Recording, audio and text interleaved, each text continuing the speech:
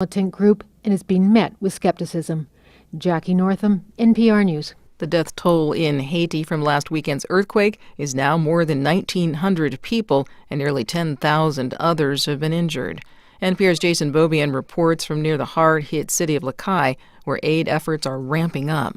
After a day when strong winds and heavy rains from Tropical Storm Grace forced many aid groups to suspend their operations, relief workers are planning a major push into the quake-hit south of the country. And the needs are great. Tens of thousands of houses were damaged or destroyed. According to UNICEF, 1.2 million people in the region were affected by the disaster. Many of them lost nearly everything. Crews from the Haitian government continue search and rescue operations, as well as demolishing buildings that were left in precarious states by the Temblor. And the U.S. military is sending 8 helicopters to help ferry relief supplies into the region. Jason Beaubien, NPR News in southern Haiti. What's left of Tropical Storm Fred is streaming north from West Virginia to New England. The National Weather Service is warning of the chance of flash flooding and says some local areas could get up to 5 inches of rain. Opening arguments start today in New York in the federal trial against R&B star R. Kelly. He is accused of sexually exploiting children and kidnapping. He has denied all allegations against him. NPR's Anastasia Tsiolkas says that prosecutors also accuse Kelly of running a criminal enterprise. They're saying that he headed a whole circle of people, including an entourage of managers and handlers and publicists and gophers who aided him in this mission in various ways.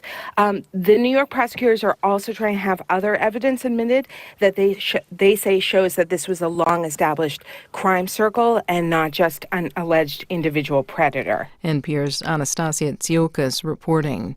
R. Kelly faces a second federal trial in Illinois. There, he is charged with child pornography and obstructing justice. He has again denied the charges. You're listening to NPR. And this is WJCT News 89.9 in Jacksonville. Good morning. I'm Sid Hoskinson. It's 9:04. As the Atlantic hurricane season swings into high gear, National Hurricane Center Director Ken Graham said Tuesday that we can expect more storms like we've seen this past week.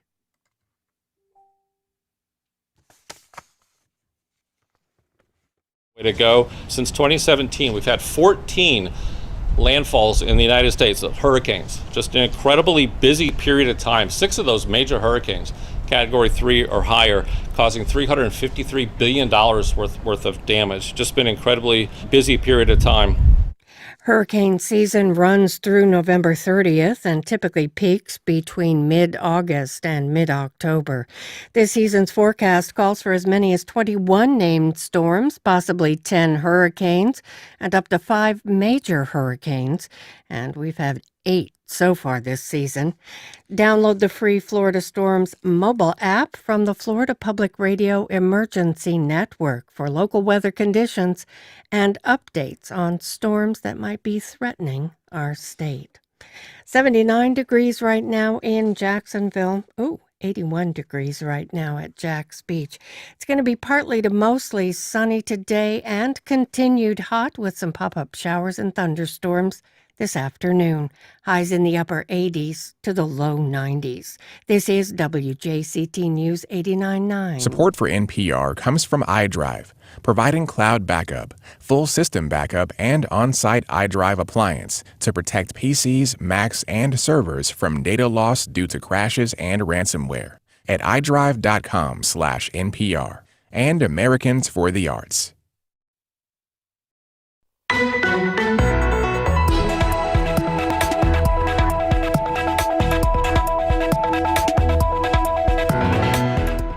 North Florida is still the national hotspot for COVID-19. Good morning. We're live from Studio 5. I'm Melissa Ross, and this is First Coast Connect. Thanks for listening. Just ahead, 1 in every 813 people in this city is in the hospital right now with COVID. The local group Doctors Fighting COVID says Florida is failing on fighting the virus and keeping us safe. We'll speak with their leader in a moment. Give us a call, 549-2937. Then later, how a local surfer is making a big splash on national TV this month. But first this hour, the Florida Board of Education says it is going to punish 2 school districts around the state who are enforcing mask mandates for students. Both Broward and Alachua counties have defied the governor and his commissioner of education, Richard Corcoran, as the Delta variant of COVID-19 surges throughout the state.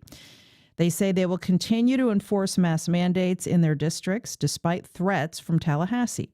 Meanwhile, in our area, a local group of doctors is doing everything they can to raise the alarm and urge educators and city leaders to institute stronger safety protocols. We are the national epicenter for the virus right now, with about 1 in every 800 people hospitalized with COVID. Our ICUs are almost at full capacity. Dr. Nancy Stotts is a physician in Jacksonville and a member and founder of the organization Doctors Fighting COVID, and she's on the line. Dr. Stotts, good to have you back on the show. Good morning. Good morning, Melissa. Thank you for having me. And as we speak with Doctors Fighting COVID, we want your calls, 549-2937. Join us. Emails to First Coast Connect at wjct.org, tweets to @MelissaInjax. And our Facebook page is open as always. So the State Board of Education met yesterday, Dr. Stotts, and they vowed to bring down some sort of punishment on both Broward and Alachua counties. Those school districts are defying the state, and they say they will enforce mask mandates. You and your organization, Doctors Fighting COVID, sent a letter to the members of the State Board of Education. Tell us what you are asking them to do. Yes, thank you for the question. It's basically very simple when you get down to it. We, as you mentioned, are in right now the epicenter of epicenters. We are extremely hot spot. We have a 24% positive test rate. We have less than 7 or 8% of our ICU beds available. We have a huge number of people hospitalized, and we're waiting for the inevitable, which is deaths to occur. So as schools open, unfortunately for children 11 years old and younger, they are not eligible to be vaccinated. So the next best thing that we have, and the only thing we have to protect them, is to get as many folks around them vaccinated, and then while they're in an indoor group, then and with other people, they need to have masks on. And it's very basic. We are also asking for more transparent data and really asking also about where the funds are. But those are really secondary to our main requests, which are an immediate mandatory indoor mask usage among our school children and encouraging, full-throated encouragement of vaccines. For all teachers and staff? Everyone who's eligible. That would include children 12 and older as well. Mm-hmm. Yeah. And, certainly in Duval County, a minority of parents has signed the opt-out form. I think it's between 4 to 5%, letting their child out of masking. Mask compliance varies widely from school to school is what we're hearing. So as we see this situation playing out around the state, what are your thoughts about this? Because 2 districts in particular, Dr. Stotts, are telling the governor basically to pound sand. They're saying we're going to enforce these mandates to protect our student body, and we don't care if you withhold our paychecks. The White House has even gotten involved in this now. The Department of Education, the federal Department of Education, is now saying they're going to provide support to these Florida school districts. In Duval County, there is a mask mandate with the opt-out form. St. Johns County has no mandate; it's optional. So, how do you? How is this sitting with you as the head of Doctors Fighting COVID? What's going on around the state? Excuse me. Sorry. So what I would say is you're right. The important numbers here are that the number of folks who have formally opted out is a minority. It ranges in Hillsborough and Palm Beach and Duval. Looking at all the numbers, it's single digits to low teens. So it isn't really that the majority of parents really want to opt out. But unfortunately, the rights of those who want to opt out seem to be superseding the rights of students who want to have a safe environment and the rights of students with special needs, for instance, who can't wear a mask and really require that everyone else has one on. What's striking to me is we do need to enforce these rules that we've made, and for some reason there seems to be reticence, and we need to get beyond that. We need to, as I said, full-throatedly encourage vaccines. But I was listening to the meeting last night with the state health board of education rather, and I couldn't think of a great analogy other than it feels like these superintendents and school boards have a busload of children that they are trying to get out of a wildfire, and the authorities are basically pulling them over for speeding. That's the only way I could think about it, because they're doing the best they can. This is what leaders do. They assess the situation, look at what is the current climate for the situation. How do I provide for a safe and complete education? And if we don't do this, we are going to end up with schools closed down one way or another, because the virus will be rampant. We're already seeing very large numbers of positive cases, much outpacing last year, and yet we have more lax policies than we had last year. So it's completely nonsensical. In Hillsborough County schools, over 5,000 students are already quarantined. It's just unbelievable. Mm-hmm. There have been some questions raised about contact tracing and the method to inform parents in our school districts in our part of the state who's positive for COVID. Some teachers and parents have expressed concern that they're not getting complete information. Now, let me ask you, Dr. Stotts, for those who don't believe kids are at risk from COVID, particularly this Delta variant, can you please explain what the risk is to children? Right. Well, it's on the face value surface, more adults than children are hospitalized, but that's always the case. For example, we have about a 10-to-1 ratio of ICU beds for adults versus children, because let's face it, children by and large are healthy. If they have a problem, it's a minor problem.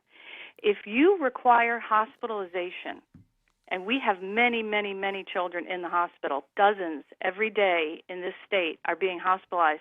If this were a shooting episode in schools that was putting dozens of children in the hospital, some of whom won't survive, we would be outraged. Where is the outrage? It's mind-boggling. We have almost no pediatric ICU beds left. So there's a real concern. This is having an impact on folks who don't even get COVID because we don't have bed capacity. We are stressing our healthcare workers to the brink. And, I just worry what tomorrow brings. Every day is a new worry. 549-2937. Our guest is Dr. Nancy Stotts, co-founder of the group Doctors Fighting COVID. Stephen in St. Augustine. Hi, Stephen. Good morning. Go ahead, Stephen. You're on the air, Stephen. Oh, good morning.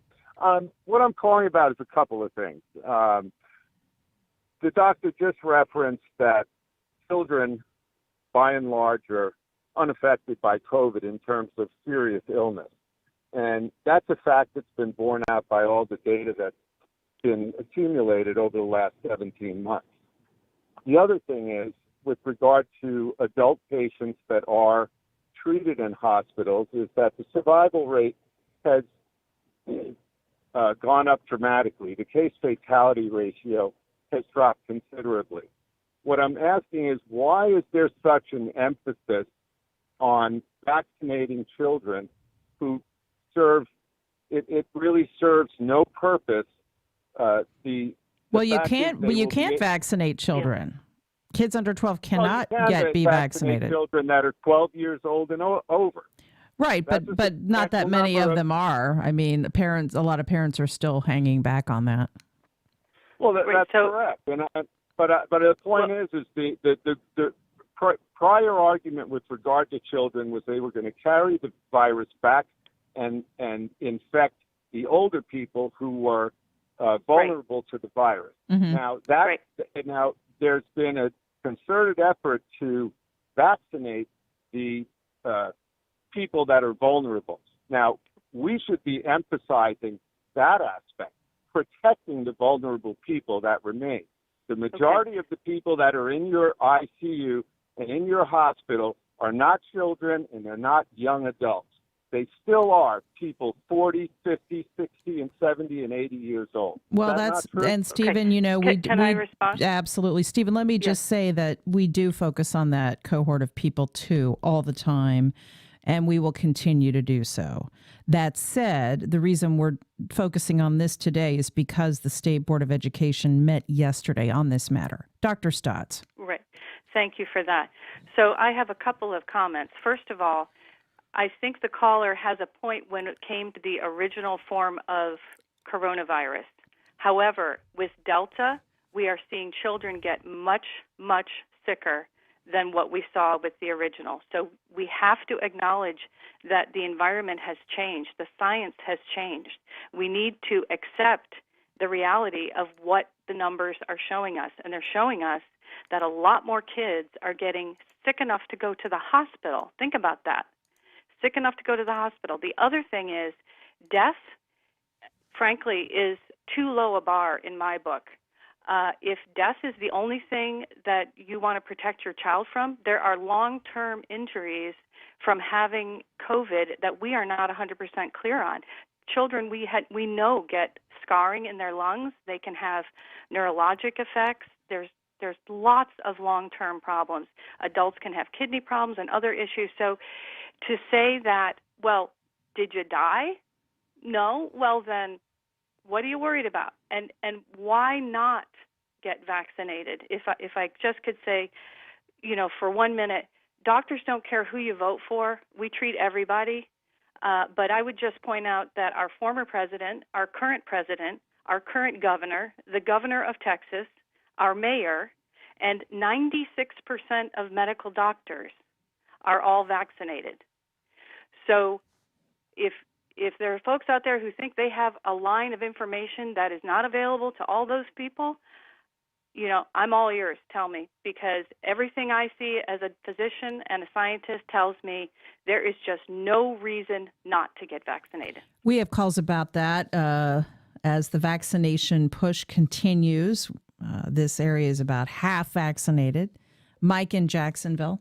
Hi, Mike. Good morning. Hi, good morning, and thank you so much for taking my call. And Doc, we appreciate everything that you're doing, and just the people in the medical community. I can't believe the sacrifice that they've made. This whole thing is absolutely tough. The thing, and the couple of questions I had: if somebody did have COVID and they have the antibodies, does it help with the Delta variant? And then I had one more question after that. Okay, let's answer that one first. Dr. Stotts? Okay. So a natural infection versus a vaccination differs in a couple different ways. One is with a vaccination, there's a double exposure to the antigen. So we know we're sort of tricking the body into thinking it's had the infection, if you think about it that way. With a vaccine, we give a shot.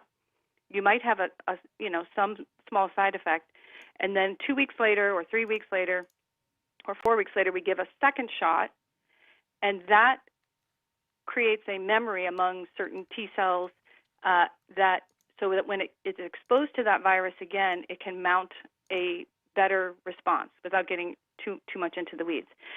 When you have a natural exposure, it's not as certain how much antigen load you're actually being exposed to. So it could be quite small, and you might have a very small response, and that response could wane in any number of time period. We do believe once you have an acute infection, You should have some natural antibodies for some period of time, whether it's 3, 6, 8, 9 months. We're not sure.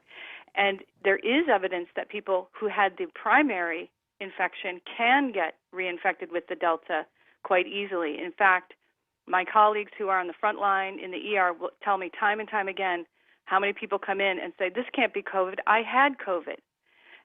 But are you vaccinated? So there is a difference. It does seem to be meaningful. It's a little hard to track because some people think they had COVID, but did they really have COVID? Because some of them didn't get tested. So I don't mean to be elusive. I'm just telling you from what we know, it appears that the vaccine provides superior defense against future infections. And if you have had an infection, it's possible that only one shot is necessary, but the data is still out on that. Okay. But you definitely need at least one. And Mike, did you have one more question? I did. I had I don't know if it's a comment or even a question about the vaccination and hesitancy. The best example I can use is, anything like, and I'll use ivermectin for an example, that comes out that is a possible remedy or treatment against COVID, right away it gets taken down from a YouTube post or a Google search. I mean, I even had a friend of mine that sent me a text in regard to ivermectin and a post site, and I go look at my text after a couple of days, and now it's blank. It's we're not going to talk. it's We're not going to really promote weird. ivermectin, Mike, on this program for a number of reasons. The chief among them being that it is not a recommended treatment for COVID-19. Not even emergency use. And there are, I can't tell you how many listeners out there have asked me to talk about ivermectin on this show.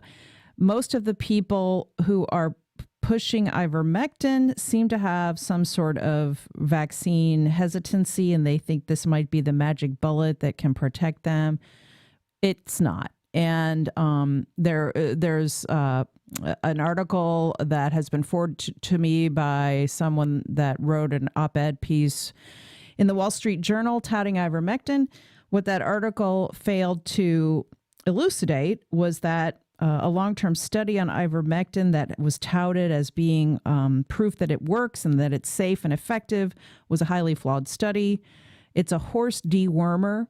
Don't take it for COVID.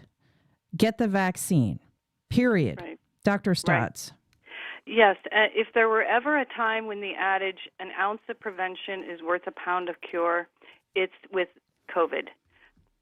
The preventive measures are so safe and so effective, and the treatments are strictly meh. They're okay.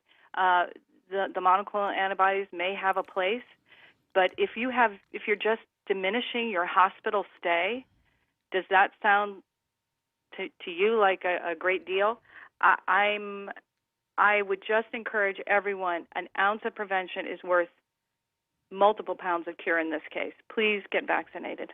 Rob emails the show. My friend teaches at a private school where masks were mandated last year and this year. The kids are happy, productive, and deal with the masks with the support of teachers and responsive parents. For those of you who say you don't want your child to wear a mask and are hindered in their learning, this is on you, the parent. You can instill a dread in your child by your attitude. Why would you put your child and others' health at risk? I am perplexed by this political wedge in our society that places the whole of society at risk, he says. Helen in St. Augustine. Hi, Helen. Hi, good morning. I wanted to respond and thank the physician that you have on the show this morning. She talked about the effects of COVID on children. And I just wanted to say that my teenage daughter, who's a junior in high school here in St. Augustine, picked it up at school. And that was on Christmas Eve, right before the break ended. She must have caught it. And she has had months of pain in her chest, thousands of dollars of testing, as well as now she's on a permanent inhaler because of the scarring in her lungs. And I know everybody responds to COVID differently, but it is very real for teenagers. And my daughter's a nationally competitive athlete, and she has had to revamp her entire life. surrounding this COVID and the effects on her. So it is quite real for children of all ages. It is, Helen, and I'm so sorry you're dealing with that and she's dealing with that. Thank you for calling. Our own producer, Heather Schatz, has an 11-year-old son who has been dealing with long COVID for many months, Dr. Stotz. He was very seriously ill, and they still don't know what his long-term issues might be. He has lung damage. He was isolated in his room, an 11-year-old kid, for weeks on end. And it's just been incredibly traumatic for their family. So for anyone out there who thinks that kids can't get sick, well, you're simply wrong. Exactly. And so, Dr. Stotz, it's very frustrating, I have to disclose as a parent, to see this kind of attitude, because you just you want to think that people are looking out not only for their own children, but also all children. And it's very disheartening to see that not everyone feels that way. Right. And I don't want to overstate the number of people who don't want their children masked. I do think, I'm an eternal optimist, and I do believe the vast majority of parents want their child to be masked and kept as safe as possible and try to protect others. I think there's the polling reflects that in Florida, by the way. Yeah, go ahead. I'm sorry? I said the polling reflects that a majority of Florida residents do feel that way. Yeah. Right. So the problem is just the implementation of it. And like you point out, parents have a great deal of influence over how their child will respond to anything. But by and large, what we've seen is children are incredibly adaptable, and they want to be in person, and we desperately want them to be in person. We know it's the best for their mental health, but we can't keep the schools open if we don't try to mitigate this. And the way to get out of this is through science. We can't legislate our way out of this virus. There's nothing political about that. It's just the facts. Here's a tweet from a listener. Is there any way to help teenagers who want to get vaccinated but whose parents are anti-vax? These kids are scared. Doctor, correct me if I'm wrong, but I don't believe minors in Florida can get the vaccine without parental approval. What is correct? Is that right? I think that is correct. Unfortunately, that's not the case. What I would say, if the children are in that situation, the schools are good about helping in terms of providing a form that just needs a parental signature, and maybe there's one parent who is on the fence about it, and would they be willing to sign and protect their child? I think it's so sad, and I've seen this where people are afraid to admit to their own family members that either they would like a vaccine or got a vaccine. And, to think that we've come to this point is very sad.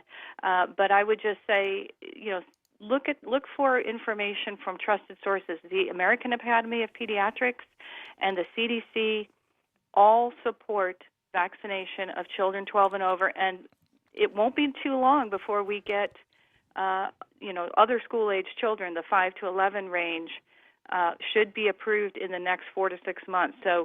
So we're excited about that. We're almost, to a tipping point, and so we just need to work together a little bit longer. Michael in St. Johns County. Hi, Michael. Hello, everyone. Thank you for taking my call. So I have an open question, or perhaps a comment in general. So, all this discussion about people who don't want to get vaccinated, it's quite honestly, it's getting old.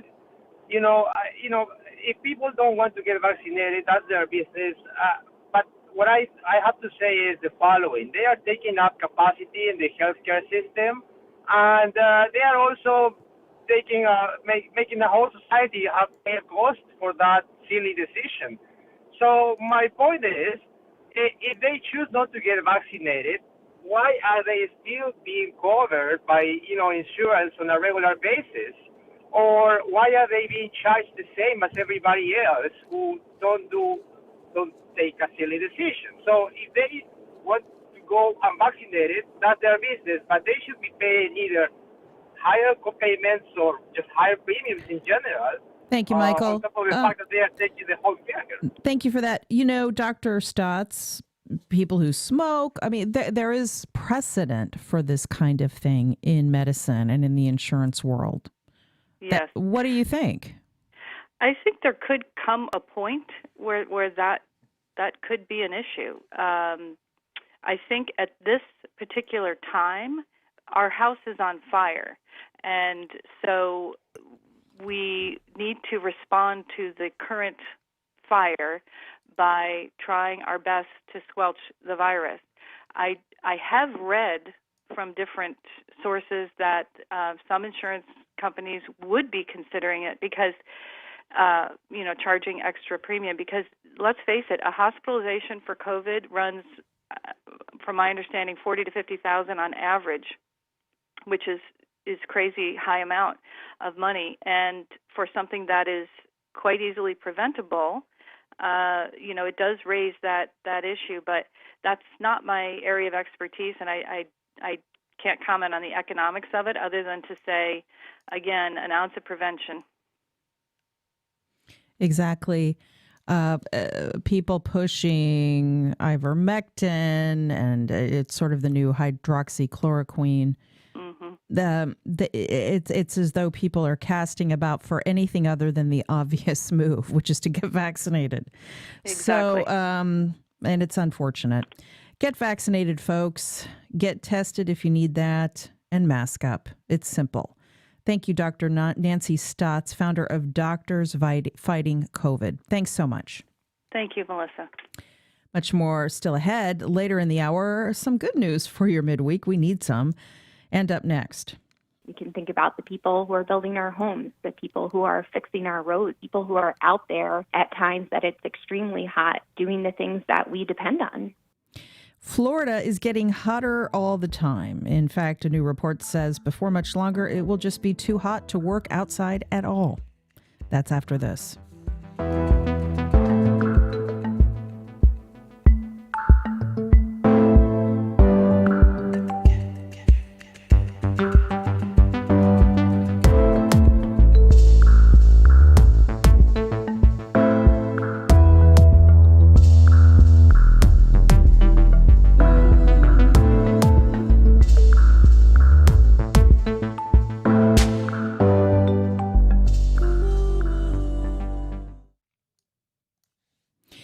Well, a new report finds it's literally going to be too hot outside at some point to work in Florida.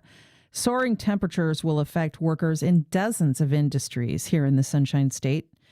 I learned more from Rachel Licker, PhD, senior climate scientist with the Union of Concerned Scientists. Hi, Rachel. Good to talk to you. Thanks for joining us. Thank you so much for having me. This is really important information that everybody in Florida needs to hear. Tell us about this report, Too Hot to Work. This is about people working outdoors in Florida and how bad it's going to get. What are you finding? Exactly. Well, what we did was a national analysis in which we coupled projections of how the heat index, or feels like temperature, is likely to change across this century as a result of global warming, with census data to look at the number of workdays that could become unsafe because of extreme heat and the earnings that could be at risk as a result. And what we found is that Florida is literally the hotbed of this study and really has a lot to risk. And Florida has a lot. And Florida stands to lose a lot if we don't take aggressive action on climate change. That's right. We're talking about billions in lost wages across the state, but in some counties in particular, right?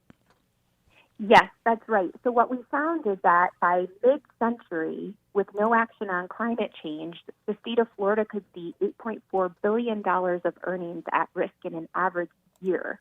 And like you said, that's not distributed equally across the state. For example, we found that Monroe County, Pasco County, those are counties where outdoor workers could see above average levels of earnings at risk.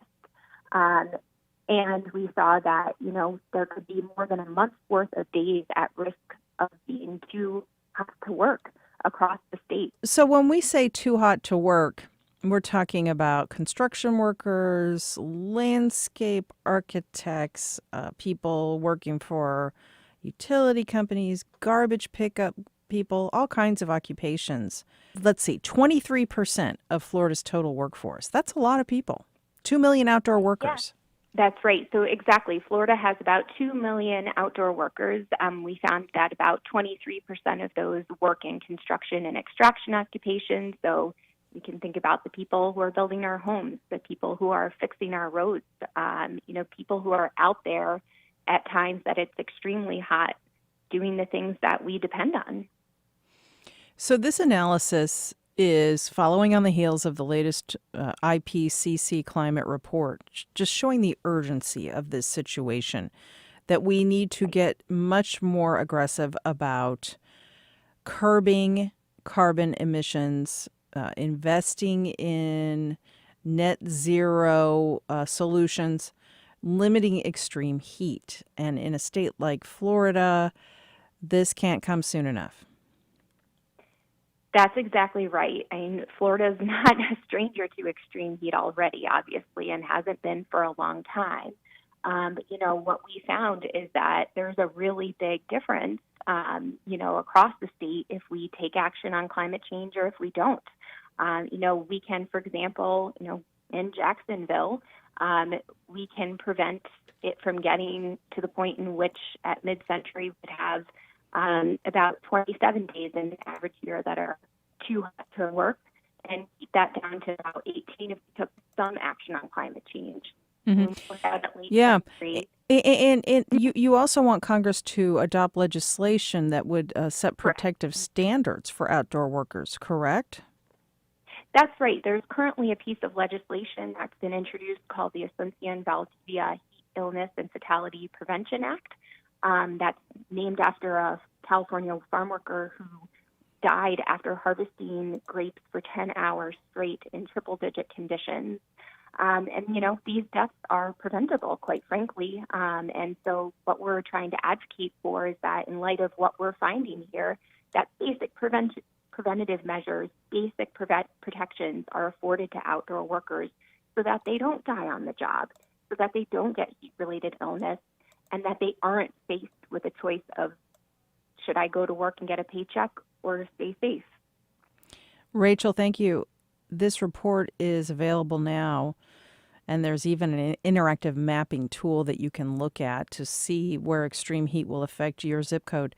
Rachel Licker, PhD, Senior Climate Scientist with the Union of Concerned Scientists, the new study, Too Hot to Work.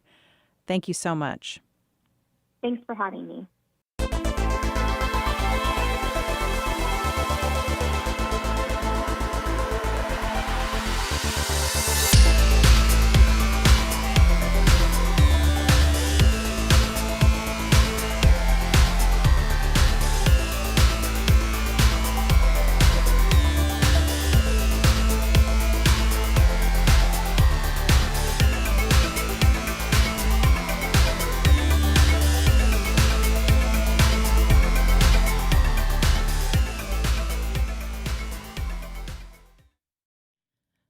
Well, speaking of extreme weather, it is hurricane season right now in Florida. Tropical storm Fred passed through the Panhandle, and a new storm, Grace, is expected to head into the Gulf of Mexico this week.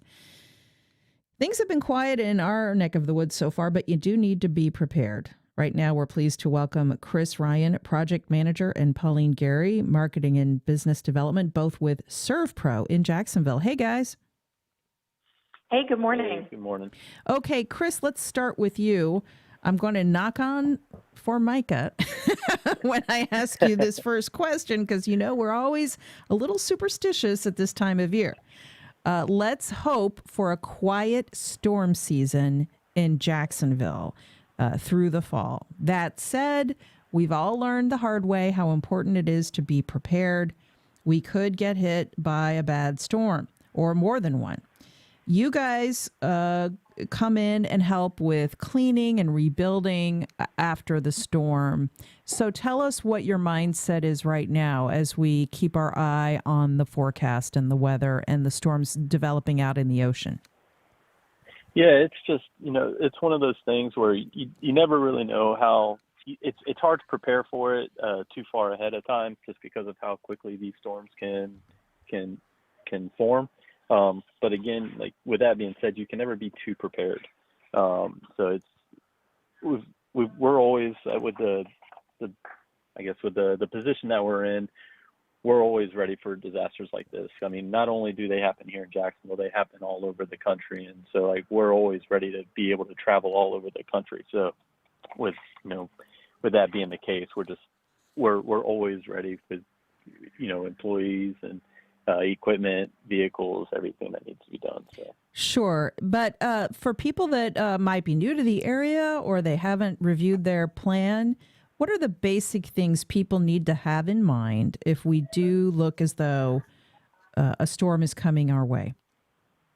Yeah, you always want to try and put together a plan of action if a storm comes. And with that being said, some of the important things are, gather personal, items that have value or electronic value, something you want to grab everything, try to get it off the floor in case of any kind of flooding. It's also good to have quite a bit of documentation when it comes to taking photos or videos of your home and your personal effects in case that those items do get damaged when there is a storm that comes through. So.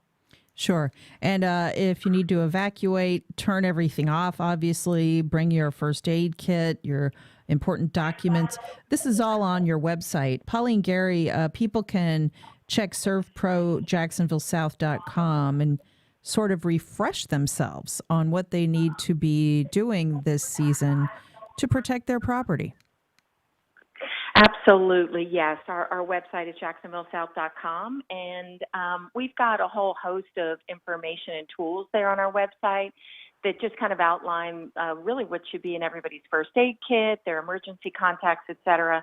And as you know, Melissa, we've been in this community for over 15 years, and we just expanded our team with the acquisition of ServPro of Jacksonville Westside Orange Park. So we're really prepared to handle any size disaster, and we are available 24/7. Right, and let's be clear. You guys really specialize in water damage. The last thing anybody wants is that, because then you're dealing possibly with mold. And so that's really the big concern, I think, for so many homeowners and business owners, right? Yes, absolutely. Just even within 24 hours, I mean, mold can start to become a problem. And as you know, here in Northeast Florida in particular, it definitely can be a problem. So that's why it's important to get a team of experts like ours in there to really remediate the situation and really take care of your valuables as soon as possible. But in addition to water and mold, we also take care of fire. And we're doing a lot of proactive and confirmed case COVID cleaning right now as well. So we're available to help with all those things as well. Is this covered by insurance? Either one of you take this. Say somebody needs to hire you after storm damage unfortunately befalls them. Can they claim it? Yes, typically you can. I mean, obviously it's going to depend on the coverages that you carry with your insurance policy, but most of the time, it's going to be a covered loss. That's whether good. It's through your insurance policy or organization like FEMA. Okay, and outside of hurricanes, Chris, mold is an issue for homeowners all year round because this is a damp state. What do you recommend people do to protect against that? Yearly services of your air conditioning units. Typically, when your ACs go bad, that's normally going to be your number one culprit when it comes to certain microbial growth issues in your home. And then, if you do have any some sort of water leak or some sort of water disaster in your home, getting it taken care of as quickly as possible and getting it dried out within a timely manner. The key, Pauline, is to just, we say this every storm season, don't wait until disaster strikes. Be prepared, have a plan. Most people out there listening to this conversation know this, but it always bears repeating.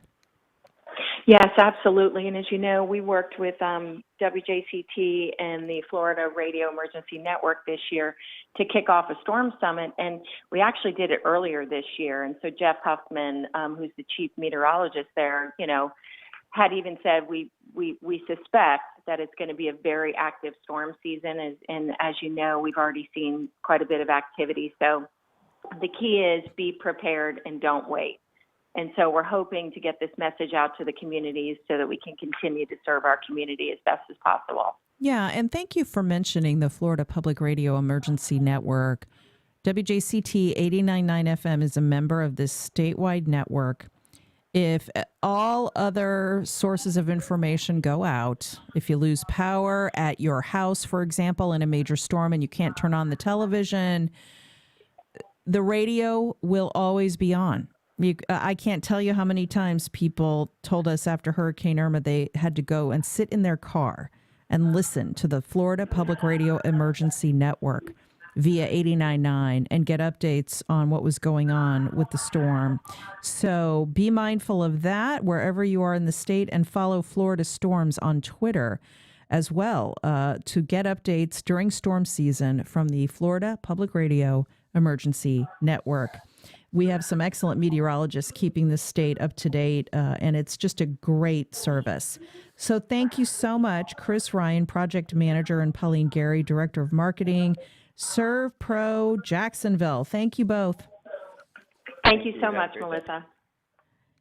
Okay, a quick break. And in a moment...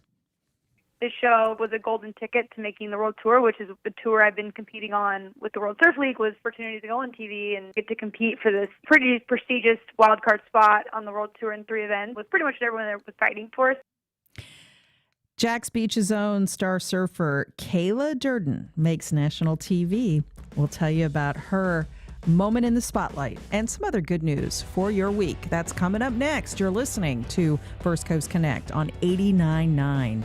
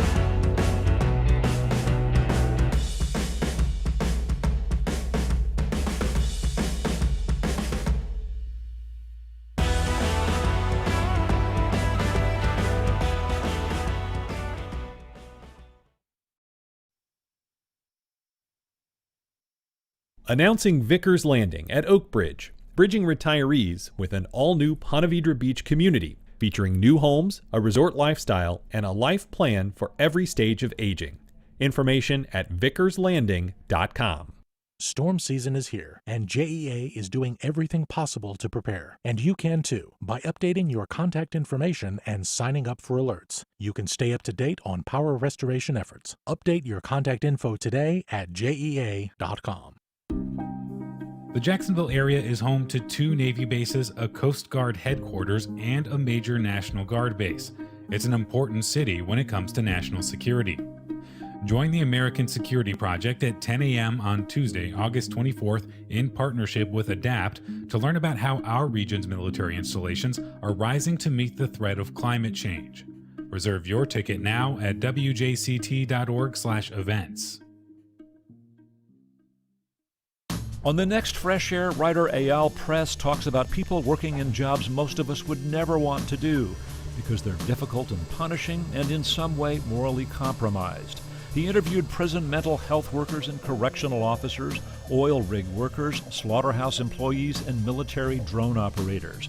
His new book is Dirty Work. Join us today at noon on WJCT News 89.9.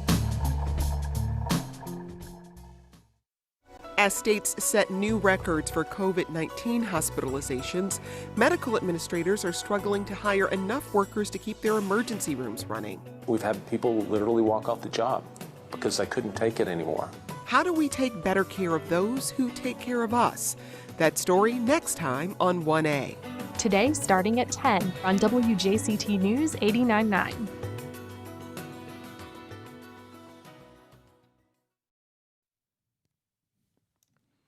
Welcome back. Well, Girls Inc. of Jacksonville has a new CEO. Darlene Vaughn takes the reins of the organization after working as executive director at Communities in Schools of Indiana. And she says now more than ever, we need to support girls in this community. I've had quite a bit of experience working with youth, and I think this has helped me in my role with Girls Inc. of Jacksonville. Girls Inc. is in a wonderful place right now.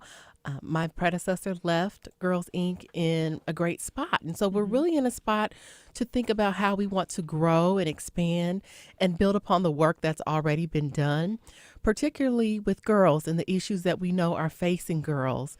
From the pandemic, we know that girls are facing learning loss. A lot of the girls, especially the girls that we serve, are part of that digital divide who did not have access to technology. And so how do we best meet the needs of those girls? Not only the girls that we currently serve, but also expanding our operations so that we can serve more girls. Check it out and support that great organization at girlsincjax.org. And here's some more good news for your week. 27-year-old Kayla Durden of Jacksonville Beach is a star surfer. In fact, she's so good, you can catch her on national TV next week. She'll be appearing on the ABC hit The Ultimate Surfer. Kayla told me what's in store. Hey, Kayla, good to talk to you. Thanks for joining us. Of course. Thanks for having me. So tell us all about the show and everything you're doing right now. Yeah, so I just was a part of a show on ABC called The Ultimate Surfer. It's like a reality competitive surfing show. I've been a competitive surfer for the last 12 years, I'd say, competing professionally and getting to travel the world. And this show kind of was a golden ticket to making the World Tour, which is the tour I've been competing on with the World Surf League, was to qualify for the World Tour. So, to get that opportunity to go on TV and, get to compete for this, pretty prestigious wildcard spot on the World Tour in 3 events was pretty much what everyone there was fighting for. So that was pretty much what I've been up to. Now, this premieres August 23rd. So we can all watch you on national TV doing your stuff. How exciting is that going to be for you and your family and friends here in Jacksonville?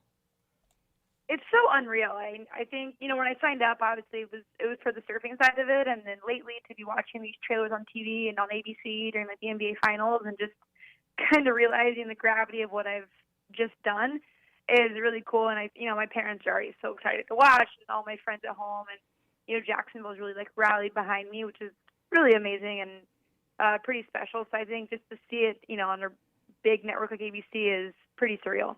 Sure. And you have been a surfer from childhood, right? You've always loved it? Yeah. So I grew up, anything that my older brother did, I wanted to do. And he was a surfer, and my dad was a surfer. So when I saw my brother surfing, I was like, oh, great, of course, now I have to do this too. So, I had my dad take me out 5 and got really into it. Just it was just really fun. And then, kind of the older I got, the better I got, and started kind of making money at it. So it turned into a career, but it really just started out as I just loved it. And I love surfing, and my family does it together. Well, we really are looking forward to watching you on The Ultimate Surfer on ABC on August 23rd. Kayla Durden, thanks so much, and keep in touch. Of course. Tune in. Thank you, guys. Well, Baptist Medical Center South is one of many hospitals inundated with COVID patients right now. That's why the Rotary Club of Ponte Vedra, with the help of the One Jacks Institute, is stepping up to feed frontline workers. Nocatee resident Bob Wildfong and other members of Rotary helped to organize pizza deliveries to Baptist South healthcare workers last night.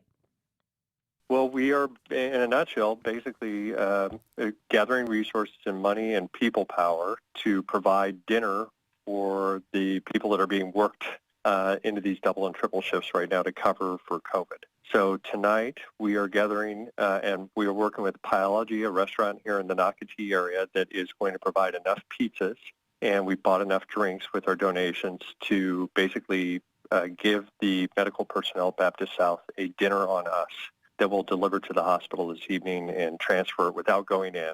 And we just want them to know, hey, we're thinking about you. Thank you for doing what you do. And here hopefully is a little break from the work. Nice going, Bob Wildfong. And he says more deliveries are planned tomorrow, so Venmo him your donations. And finally, creator and producer Joanne Mafia is presenting her new project, The Making of Hammer and Rain, Reflections Through Time. This documentary film premieres online next Tuesday, August 23rd. It focuses on the shift you feel after turning 50 and represents diverse female voices. Joanne brought her vision to life after receiving an Art Ventures grant last year. Congrats, Joanne. If you've got some good news for our weekly menu, drop us a line for our What's Good Wednesdays. And thanks for listening. Thanks also to senior producer Heather Schatz, director Josh Torres, associate producer Catherine Hobbs, editorial director Jessica Palumbo, and digital editor Bill Bortsfield. Get in touch at firstcoastconnect@wjct.org and catch our podcast up later today on all platforms, including the WJCT app. I'm Melissa Ross. This has been First Coast Connect on WJCT News 89.9 Jacksonville. We'll be right back here again at 9 a.m. tomorrow. In the meantime, mask up, be safe, and get that vaccine.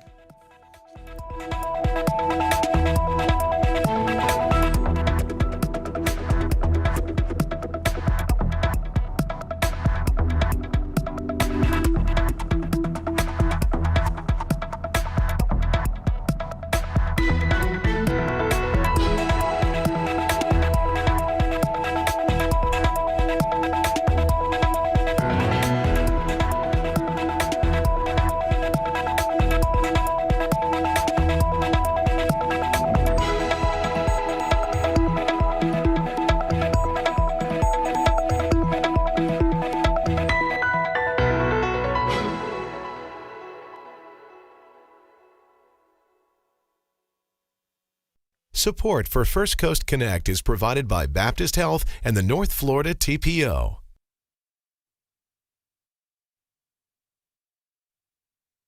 North Florida TPO, proud sponsor of WJCT's First Coast Connect, bringing to the community innovation in transportation planning, commuter services, clean fuels, and intelligent transportation systems. More at northfloridatpo.com. Baptist Health is a proud sponsor of First Coast Connect with Melissa Ross. Tune in to WJCT News 89.9 Monday through Friday at 9 a.m. and 8 p.m. Wayne Hogan of the Terrell Hogan Law Firm. I'm Wayne Hogan. It's the #1 killer of teens. One text or call can wreck it all. Let's put an end to distracted driving. Learn more at waynehogan.law. This is WJCT News 89.9 Jacksonville. Ahead in the next 5 minutes, live local news for the First Coast from the WJCT News team. Home healthcare workers already faced long hours, low pay, and staffing shortages. Then the pandemic happened. From WAMU and NPR in Washington, this is 1A.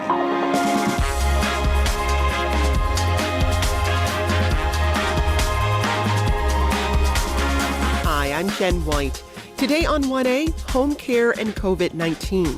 According to the Bureau of Labor Statistics, roughly 342,000 direct care workers left the workforce last year. Some were laid off, but many just quit as high demand, low wages, and COVID-related burnout hit a fever pitch. Now more than 800,000 Medicaid-eligible older and disabled Americans are stuck on home care waiting lists. And finding people to take care of us as we age is growing more and more difficult. Your questions and comments are welcome, especially if you're a caregiver. Tweet us at 1A. Live from NPR News in Washington, I'm Corva Coleman. Taliban gunmen are walking the streets in Kabul as the U.S. military remains in control of the airport in the capital. Thousands of Afghans have tried to reach the airport in an effort to flee. The Taliban say they won't try to stop people from leaving. Reporter Charlotte Bellis of Al Jazeera is in Kabul and says the reality is mixed. I've seen both sides of it. They've been helping some people get through. They were helping Americans actually enter the airport and pushing others back so Americans could make their evacuation flights. They were helping even government leaders make evacuation flights. But then in other instances, when people were showing up to embassies with paperwork, trying to get on various flights, they're pushing them back. So I think there's an element of chaos and kind of anarchy at the moment. She spoke to NPR's Morning Edition. The White House is poised to extend COVID-19 booster shots to eligible Americans. NPR's Windsor Johnston reports health officials are scheduled to meet today to discuss the logistics. As the Delta variant continues to surge across the country, federal health officials are expected to recommend that fully vaccinated Americans receive a booster shot 8 months after their second dose of the vaccine.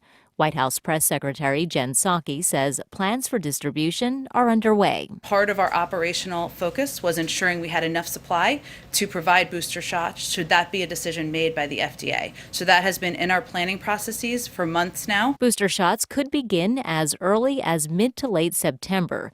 President Biden is expected to address the nation after the White House COVID-19 response team meets today. Windsor Johnston, NPR News, Washington. Texas Governor Greg Abbott has tested positive for the coronavirus. He says he is isolating and showing no symptoms. Abbott continues to block local Texas jurisdictions from imposing mask mandates, even though the state has one of the worst pandemic outbreaks. Stocks opened mixed this morning as the Commerce Department reported a slowdown in home building activity.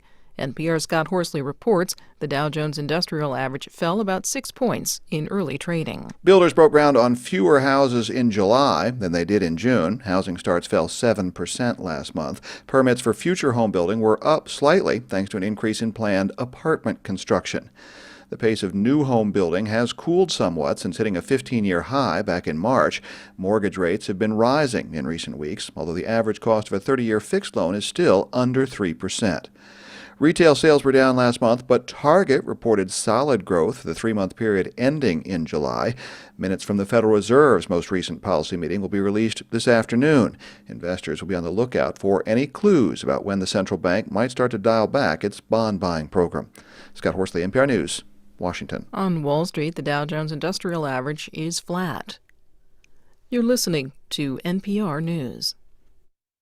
And this is WJCT News 89.9 in Jacksonville. Good morning, I'm Sid Hoskinson. It's 4 minutes now past 10. Tropical storm Grace is strengthening over the western Caribbean after passing directly over Jamaica yesterday. Tropical storm Henri is about 160 miles south of Bermuda over the open waters of the Atlantic.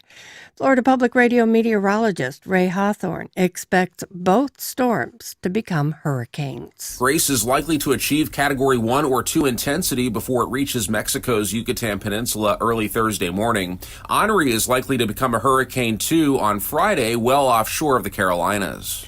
Hawthorne says a high-pressure ridge over Florida will prevent Grace from reaching us here in the Sunshine State.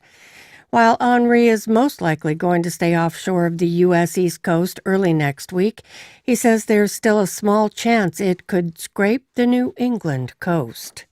Download the free Florida Storms mobile app from the Florida Public Radio Emergency Network for local weather conditions and updates on storms threatening our state. The North Atlantic hurricane season runs through November 30th. The peak for storm activity is typically from mid-August to mid-October.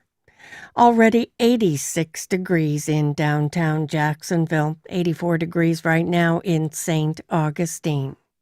This is WJCT News 89.9. Support for NPR comes from NPR stations. Other contributors include iDrive with Remote PC, providing remote access to PCs, Macs, and servers from anywhere, assisting those working from home, and also enabling remote assistance for customers at remotepc.com. The St. Johns County Cultural Events Division and Tourist Development Council present the 5th Annual Sing Out Loud Festival in St. Augustine, September 10th through 26th, with over 100 performances featuring TLC, Parquet Courts, Yola, Patty Griffin, Mayday Parade, Kevin Morby, Dan Tominski, the Cactus Blossoms, and more. National, regional, and local musicians. Open to the public. More info at singoutloudfestival.com.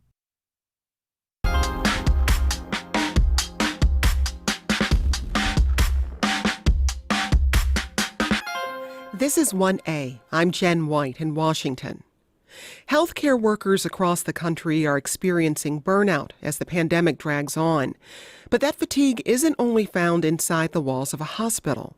Many home healthcare workers are experiencing similar levels of stress, made worse by the fact that they're also dealing with staff shortages and pay cuts. Nursing homes in particular have been hit hard. According to a study by the PIRG Education Fund, more than 20% of the nation's 15,000 nursing homes reported severe staff shortages by the end of last year. And while the American Rescue Plan passed by Congress in March allocates Medicaid funding for home services, companies are still struggling to retain home health aides. Here to talk about the factors behind the home health care crisis is Vicki Hoke. She's the executive director of the Home Health Care Association of America. Vicki, welcome to the program. It's nice to be here. Thanks, Jen. Also with us is Phil Gelwitz. He's a senior correspondent at Kaiser Health News. Phil, welcome. Good to be with you. So, Phil, what factors are contributing to the burnout that home health care workers are facing? Sure. The number one factor, of course, is pay. A major reason why people don't stay in the home care field is due to relatively low pay compared to other jobs. And at this point now, where there's a lot of jobs open as the unemployment rate has dipped, there's a lot of other options for people to go into. Home care, as Vicki will tell you, I'm sure, is that this is difficult, often stressful work, working with people who often have many physical limitations, sometimes mental health issues. And it's difficult work. It's important work, but it can be stressful work. So sometimes the demand for people to go into the fields outstrips the supply very often. Vicki, give us an understanding of what you're hearing from home health aides. Well, I'm hearing frustration from home care organization owners because they are experiencing tremendous shortages in recruiting workers. From home care aides, I think you're right. I think our home care aides have, they have many challenges. Of course, pay is one, but the other one that we really saw during the pandemic and still see is that the child care. When schools closed at the beginning of the pandemic, they had to make a choice. And I think that's still an issue coming back to work. But I also think our aides, and we've talked with them, we've had surveys with them. One of the things that is so unique in this industry that's not the same as the hospitality industry, hotels, food, restaurants, is that our workers have this very unique element of, I want to do this because I want to care for people. And that unique trait that we see in home care aides is really strong. And so we as an industry of employers have got to figure out what we can do to sustain that passion that they have for this care by addressing the things that were just mentioned, pay, but also the importance of elevating this profession. Our country, while we know how important and valuable these workers are to older Americans, there is this sense that that profession is not valued, and we've got to change that. We've got to change that dialogue. Why do you think there's that perception that this isn't a valued profession? Well, for the last 20 years, I've been representing this industry. And I think, and we were talking about these same issues 10, 15 years ago, but now since the pandemic, we are in an acute crisis. But I think it is the pay. I think that we have not valued them because we have not provided them with a career path, that we don't have standardized training for them. So all of those things come into play when someone looks at a career, when they're graduating from high school or whatever, and they say, what is a good career for me? What will give me livable wage? What will help me sustain the way I want to live? And I think all of those are all contributing factors that we have got to address if we were going to change this tide. And time is running out. This is critical. It's acute right now. Here's a tweet we got from Femme Proud and Loud, who says, I work for a home care agency in Maryland. Wait lists for Medicaid waiver funds are up to 6 months or longer. Reimbursement from Medicaid is so low that pay for caregivers isn't high enough to compete with non-Medicaid providers in the hiring pools. We are in crisis mode. Phil, what factors contribute to low wages? Sure. Well, it starts with sort of lack of public financing. Medicare doesn't pay for in most cases for home care. And Medicaid, it's very limited. It really varies state by state. And then when Medicaid does cover it often, funding is limited. So that limited funding trickles down. So that gets to the agencies. The agencies have a certain amount of funding that they need to spread out to cover people. And that is a big reason why pay is low. One thing I've noticed in some of my reporting is that, there's other countries around the world that emphasize more the importance of home care. Yes, they may tax their citizens more. Denmark, is one example. They have very high taxes, but everybody in Denmark, if they need home care, if they can show that they have issues, that they need people to help do their laundry, to help them cleaning, help them run errands, they can get the help, but they value, so they have more public financing. In the United States, that public financing is much more limited. There's some new funding that has come out now under the American Rescue Plan that will give states about $13 billion for a couple of years to help boost their home and community-based services. The impact of that funding is still probably months away from having any impact as the federal government is just collecting now from states how they want to spend that money.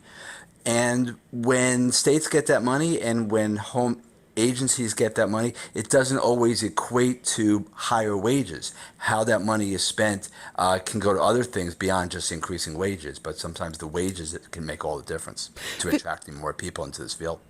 Vicki, help us understand the range of responsibilities a home health care worker may have, because it's not just about giving medication necessarily.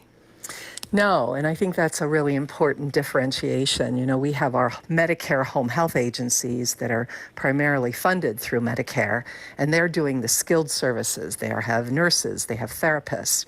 But when we talk about the personal care side, our aides are doing, assistance with just those regular activities of daily living, bathing, helping to prepare meals, helping to get dressed, grooming, those kinds of things.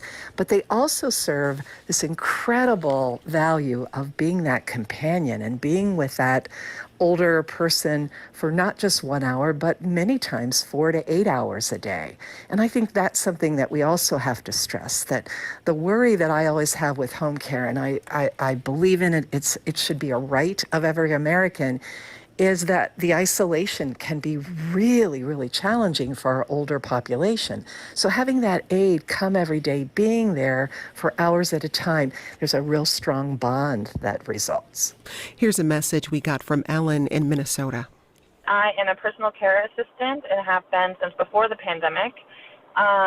When the pandemic started, I noticed the biggest thing that changed in my work life was that I felt an added pressure to keep my clients safe, that I felt that a lot of people who work from home don't have that added pressure to keep themselves safe. And if they had exposed themselves or someone else to COVID, they had the ability to stay home, whereas I, having to go into someone's home to do my job, had to take multiple days off work, possibly weeks if I were to contract or be exposed to COVID-19. And here's another message we got from Mindy in New Jersey. I am a certified home health aide. I'm just very nervous about working with the public. It is depleting my income, but because of the new strains, I'm very, very nervous to go back to work. Phil, how has the pandemic exacerbated some of the strain on this industry? Sure, probably in multiple ways. As you've heard, workers are concerned about catching COVID, and so many of them have quit or reduced their hours, so that's even worse in supply. On the other hand, there's been increased demand at this time because many people want to do all they can to not be in a nursing home where maybe their risks of catching COVID are higher. So now they're reaching out, and their family members are reaching out. It's been harder for families who sometimes take care of older people or people who have some disabilities. So they're reaching out more to home care agencies, say, hey, we need help for my mom or my grandmom with these activities of daily living, help them prepare meals, help them keep a watch on someone so they don't fall. So we're seeing both COVID has reduced the supply and it's increased demand. So it's in some ways it's the worst of all worlds. On the other hand, I think maybe one thing from this which may be good is that it's shown a spotlight. It's shown how important that this work is needed, and that I think a lot of people have been trying to do for decades, to shine a spotlight that these home care workers, this personal direct care, is really vital and is often sometimes as important as someone who can provide medical care, because this work in their home care really can make the difference for people if they can stay in their home or if they have to be institutionalized, which most people do not want. Uthun tweets this: I work with intellectually disabled and developmentally disabled people who rely on home care staff for a range of things. Recently, many agencies have given 1 month notice before leaving vulnerable individuals who live there to try to find new places to live. We're talking to Vicki Hoke. She's the executive director of the Home Care Association of America. Also with us, Phil Gelwitz, a senior correspondent at Kaiser Health News. Coming up, more on the exodus of home health care workers, and then we traveled to Michigan, where changes to one law are having major reverberations across the state. I'm Jen White. This is 1A from WAMU and NPR.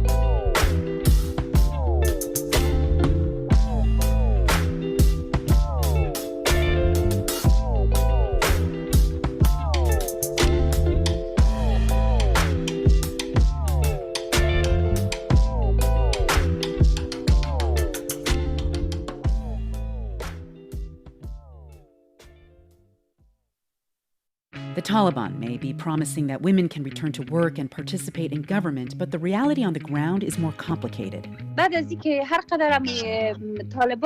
stronger the Taliban got, the stronger the threats got.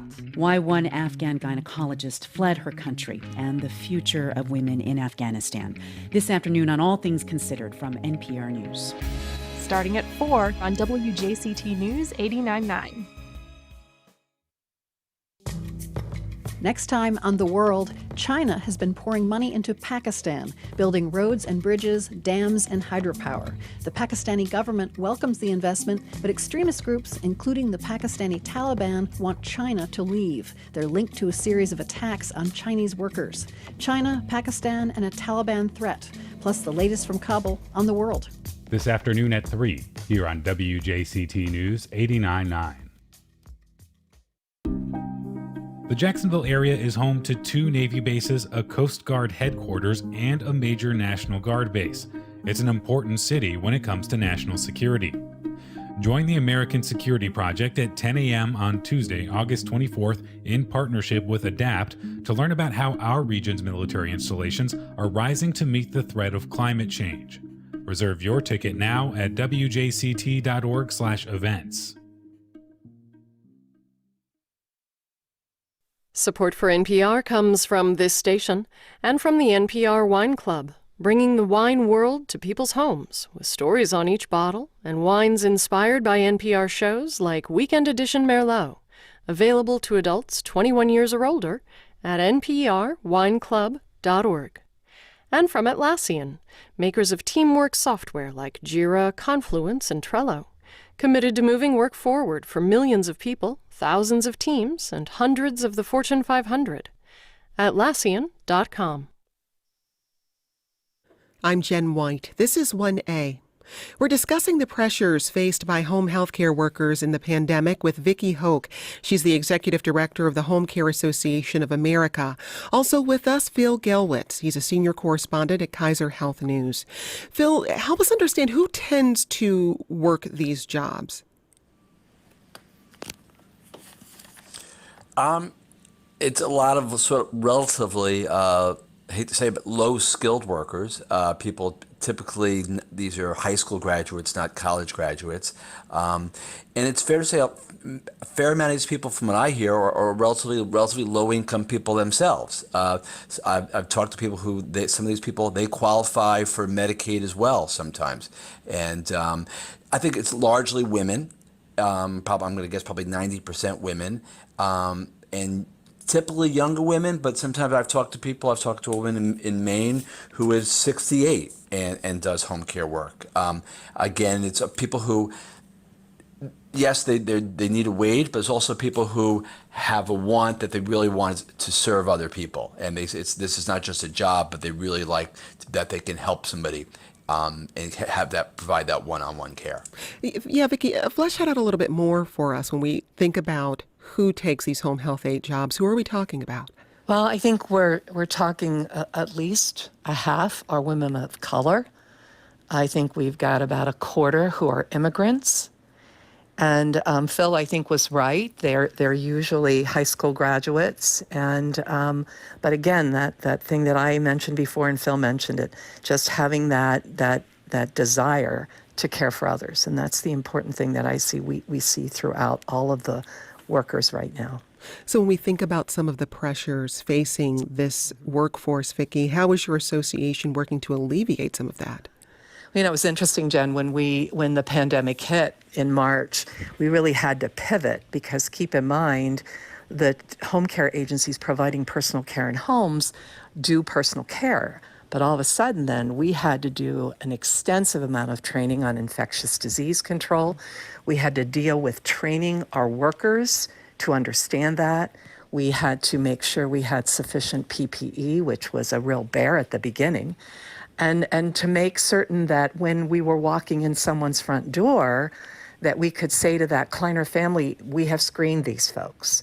So we have a lot of electronic visit verification systems that our workers had to answer 4 questions before going into the home. And then we had to make sure the client answered those questions. And keep in mind, this is a personal, private home. So we could not control visitors in and out like, say, a facility could. So we really did extensive training. And yet, when you came right down to it, home care was kind of the prescription for COVID, right? Stay at home. So all of our seniors were able to stay at home with the help of a home care aide, watch their conditions, monitor any changes in conditions. And, we were able to keep you safe because of that. And I think that's a really important thing to remember. And now we're continuing to do that same thing because we're still seeing high levels of cases. Well, Lee tweets this: I worked in a long-term care facility for 8 years. Not only were aides treated like furniture by other professions at the facility, they often were by the clients too. Also, they were kept as contract workers, so they never qualified for any benefits. Pay is important, but sick days, vacation, and retirement are too. Vicki, how much are those other factors at work here? That it's not just about low wages, it's about people having the space to take care of their own families, to take that vacation, to have that retirement. Absolutely. It's about compensation. It's about the benefits, vacation, personal time. But it's also, again, about having a career path that I chose this. I love being a caregiver, but help me, continue to grow throughout my career. I think it's also elevating the profession. You're right. When your caller talked about being treated like furniture, unfortunately, that has been the past. But please keep in mind that home care agencies, they're lifeline, direct care workers, home care aides are lifelines not only to that client, but also to their business. So we are, talking a lot about elevating, respecting, and that caregiver is so important to the whole team because they're there. They're the ones that are going to notice any change immediately because they're there for hours at a time. They get involved in family dynamics. I was fortunate enough to be a family caregiver for my mother who lived with me for 4 years. I can't tell you how important that aid was to our family. And when Mother passed away, to this day, we have lunch and I'm invited to her wedding. So it is unbelievable. The value is unquestionable. Well, we have 2 emails here I want to read. Pat says the profit motive for the corporate owners is a barrier to the reason the pay is so low for these workers who are so important for our senior citizens. And Sue emails, as I worked with home health personnel for years with my parents, I became aware of how low paid they were, yet how expensive it was. How can we increase their wages without making it too expensive for those who need help the most? Vicki, is there something structural that needs to be fixed? Well, I think Phil mentioned it. Let's think about how do you pay for home care right now? Many people pay for it through Medicaid, and that's a real problem, as Phil mentioned. Our Medicaid rates have not kept pace with all of the states upping their minimum wage. I think the other way, Medicare now is paying for it through the Medicare Advantage plans, and then we got this private pay, which is huge. People are paying for it privately. So what's the balance? And I always think, if to be a successful home care agency, you have got to compete for that pool of workers. And so we're going to have to take a look at what is the balance. And it's a very delicate balance because these folks are primarily small business owners. Phil, give us a better idea of how much